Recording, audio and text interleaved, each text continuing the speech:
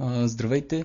Значи пропуснах да кажа, че парето, нали, се свързва към влакното на бигъла посредством вирвел. Но ако нямате вирвел, пък някога не е имало, се използват самите възли, поне аз такива съм използвал. Значи приемаме, че това е тежест за морски риболов. Нали, такава, примерно. Ето това е ухото.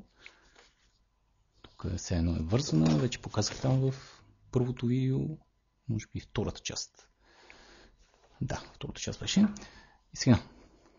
Значи, все едно е направено вече чепарето. Нали, това е тежестта.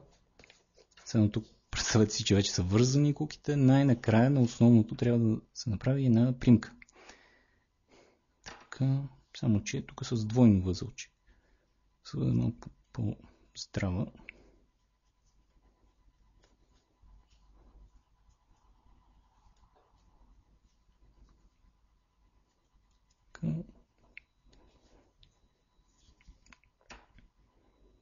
Така, тук се прави една по-мъничка примка с единично възълче. Ето така. Оп. Така. Да речем, че това е влакното на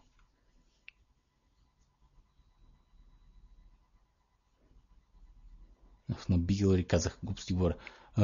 На ролката на макрата. Така.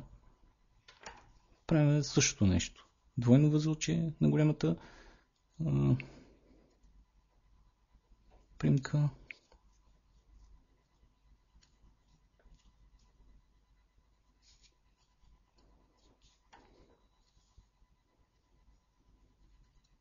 Ролката на макрата се казваше шпула. Пу! Като ги забравям тия неща.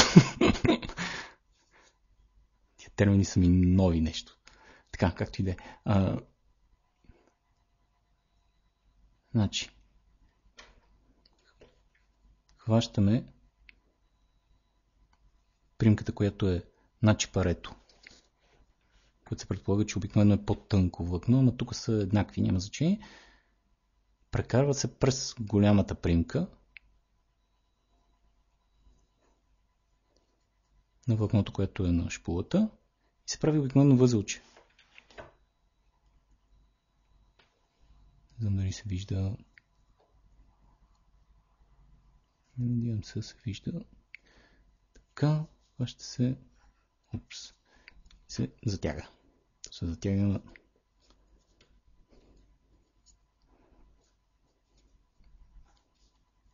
с този канап не се получи много хубаво. Както и да е, това възълче държи контра.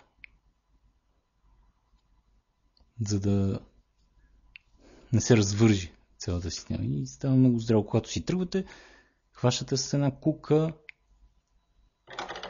Ето, примерно, с тази отвърка. Еквивалента на острието на куката. Кука от чепарето взимате, нали?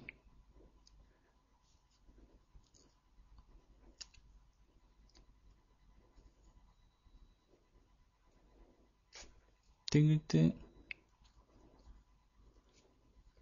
Забивате във възела, изтегляте и се развързва. Всичко и така.